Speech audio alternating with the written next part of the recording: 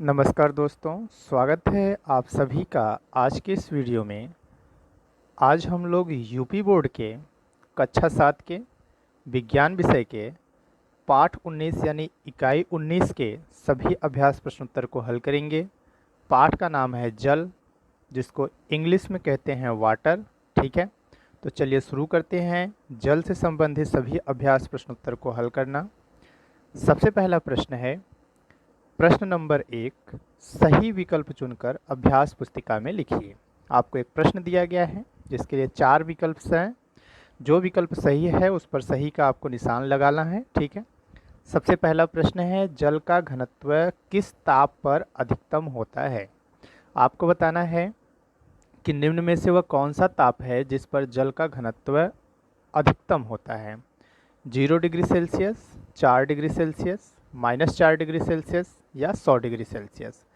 तो देखिए 0 degree Celsius पर जो पानी रहता है, जो जल रहता है, वह किस में बदल जाता है, बर्फ़ में। ठीक है, और 100 डिग्री सेल्सियस पर क्या होता है, जो पानी रहता है वह उबलने यानी खौलने लगता है, यानी भाप में परिवर्तित होने लगता है।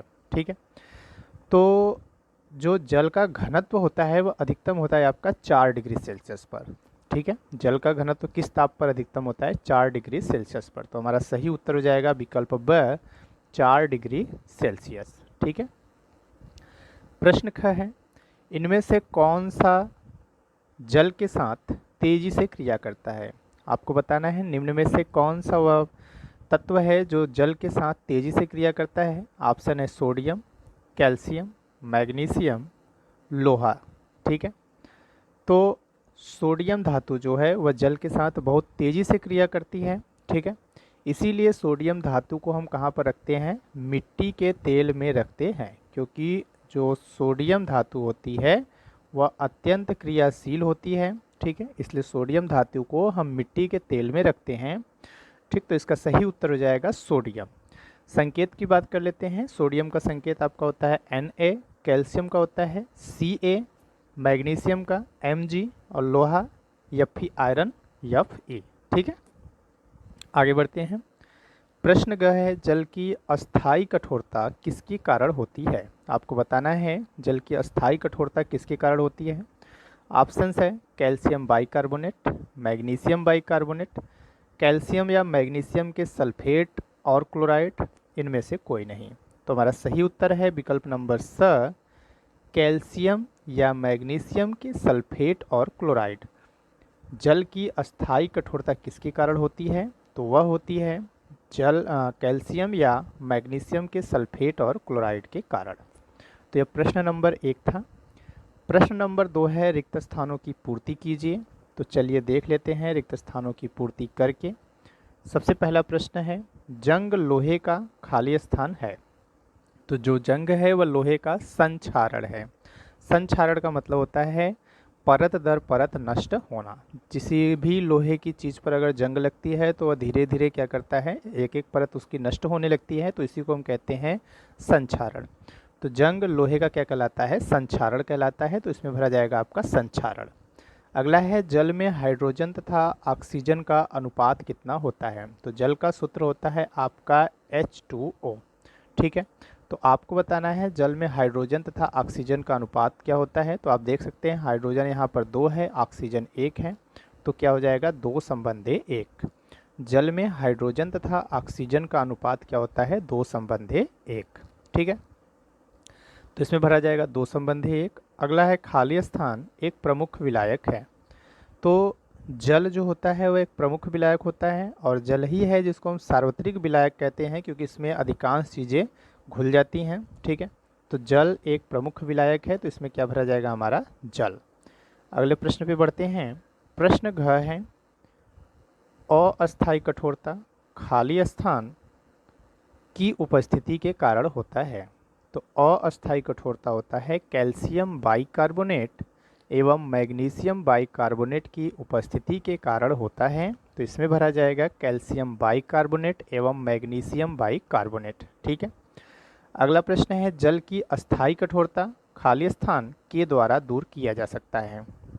तो जल की अस्थायी कठोरता को हम धावन सोडा के द्वारा दूर कर सकते हैं। धावन सोडा को ही हम धोबिन का सोडा भी बोलते हैं। ठीक है, तो जल की अस्थायी कठोरता धावन सोडा के द्वारा दूर किया जा सकता है। ठीक है, एक होता है खाने का सोडा और यह है धावन सोडा। धावन सोडा का सूत्र क्या होता है? तो सूत्र होता है आपका Na2CO3 इंटू 10H2O। ठीक है, यह होता है धावन सोडा का सूत्र। चलिए आगे बढ़ते हैं। प्रश्न नंबर 3 है, सही कथन के आगे सही तथा गलत कथन के आगे गलत का चिन्ह लगाइए। तो चलिए चिन्ह लगाकर देख लेते हैं। सबसे पहला प्रश्न है, कठोर जल को पीने के लिए उपयोग में लाना चाहिए। तो यह गलत है। कठोर जल को हमें पीने में उपयोग नहीं लाना चाहिए, क्योंकि उसमें हानिकारक लवण उपस्थित होते हैं। ठीक है, तो कठोर जल को पीने के लिए उपयोग में नहीं लाना चाहिए। ठीक है, इसलिए यह हमारा क्या रहेगा? गलत रहेगा, क्योंकि यहाँ पे कहा है उपयोग में लाना चाहिए, तो यह हमारा गलत रहेगा, क्योंकि उपयोग में नहीं लाना चाहिए। अगला है, अधिकांश ठोस पदार्थ की विलेयता ताप बढ़ाने पर बढ़ती है। जो अधिकांश ठोस पदार्थ होते हैं, अगर उनका हम ताप बढ़ाते हैं तो उनकी विलेयता यानी घुलने की जो दर है वह बढ़ने लगती है। तो यह सत्य है। ठीक है, अधिकांश ठोस पदार्थों की विलेयता ताप बढ़ाने पर बढ़ती है। जैसे अगर कोई आप बर्तन ले लीजिए, उसमें चीनी ले लीजिए पानी में, अब इसको आप गर्म कीजिए, एक समय ऐसा आएगा कि चीनी घुलना बंद कर देगा। ठीक है, थोड़ा और ज़्यादा गर्म करेंगे तो भी वह चीनी और क्या करने लगेगी? घुलने लगेगी। यानी जितना ज़्यादा हम ताप बढ़ाते जाएंगे उसके घुलने की जो दर है वह बढ़ती जाती है। तो अधिकांश ठोस पदार्थ की विलेयता ताप बढ़ाने पर क्या करती है? बढ़ती है। यह सही है। अगला है, जल का क्वथनांक पानी की शुद्धता का परीक्षण करने में उपयोगी है। देखिए, जो जल होता है शुद्ध जल रहता है, तो वह 100 डिग्री सेल्सियस पर जो होता है वह क्या करता है? खौलता है। ठीक है, और अगर कोई अशुद्धियाँ मिली होती हैं तो उसका जो क्वथनांक यानी 100 डिग्री सेल्सियस है वह कम या ज़्यादा हो सकता है। तो जल का क्वथनांक पानी की शुद्धता का परीक्षण करने में उपयोगी है। अगर शुद्ध जल है तो 100 डिग्री सेल्सियस पर खौलेगा। तो यह हमारा क्या है? सत्य है। अगला है, समुद्री जल में अधिक मात्रा में नमक घुला होता है। यह बिल्कुल सही है। समुद्री जल में अधिक मात्रा में हमारा क्या घुला होता है? नमक घुला होता है। ठीक है, और नमक का सूत्र क्या होता है? तो नमक का सूत्र होता है आपका NaCl, सोडियम क्लोराइड। समुद्री जल में अधिक मात्रा में नमक घुला होता है, इसीलिए यह जो जल होता है वह पीने योग्य नहीं रहता है और खारा होता है। ठीक है, आगे है, वाष्पन की प्रक्रिया क्षेत्रफल पर निर्भर नहीं करती है। यह गलत है। वाष्पन की प्रक्रिया क्षेत्रफल पर निर्भर करती है। ठीक है, तो यह हमारा क्या रहेगा? गलत रहेगा। ठीक है, तो यह हो गया पहला गलत, दूसरा सही, तीसरा सही, चौथा सही और पांचवा गलत। ठीक है, प्रश्न नंबर 4 पे आते हैं। प्रश्नोत्तर है। सबसे पहला प्रश्न है आपका, जल की कठोरता का क्या कारण है? अस्थायी कठोरता कैसे दूर करेंगे? तो चलिए देख लेते हैं। सबसे पहले हेडिंग हो जाएगा जल की कठोरता के कारण। तो जल की कठोरता कैल्शियम तथा मैग्नीशियम के घुलित लवण जैसे calcium bicarbonate, magnesium bicarbonate, calcium chloride, magnesium chloride, calcium sulphate, magnesium sulphate आदि के कारण होती है। फिर से देख लीजिए, जल की कठोरता कैल्शियम तथा मैग्नीशियम के घुलित लवण जैसे calcium bicarbonate, magnesium bicarbonate, calcium chloride, magnesium chloride, calcium sulphate, magnesium sulphate आदि के कारण होती है। अस्थायी कठोरता को दूर करने के उपाय क्या हैं? तो हेडिंग हो जाएगा अस्थायी कठोरता दूर करने के उपाय। सबसे पहला उपाय, अस्थायी कठोरता को निम्न विधियों द्वारा दूर कर सकते हैं। पहला धावन सोडा द्वारा और दूसरा परम्यूटेड विधि या जियोलाइट विधि द्वारा। ठीक है, तो यह जल की कठोरता को दूर करने के उपाय हैं। ठीक है, अगले प्रश्न पे जाते हैं। प्रश्न 5 है, जाड़े के मौसम में नदियों के जल की सतह पर बर्फ जमी होने पर भी जल के अंदर के प्राणी कैसे जीवित रहते हैं? ठीक है, तो चलिए देख लेते हैं। जब ठंडे प्रदेशों में, ठीक है, जब ठंडे प्रदेशों में जाड़े के दिनों में ताप 0 डिग्री से नीचे चला जाता है तो तालाबों और झीलों का पानी बर्फ बनकर जमने लगता है। जमी हुई बर्फ का आयतन अधिक और घनत्व कम होने से यह पानी की सतह पर तैरने लगता है। बर्फ पानी को अच्छी तरह कवच के समान ढक लेता है।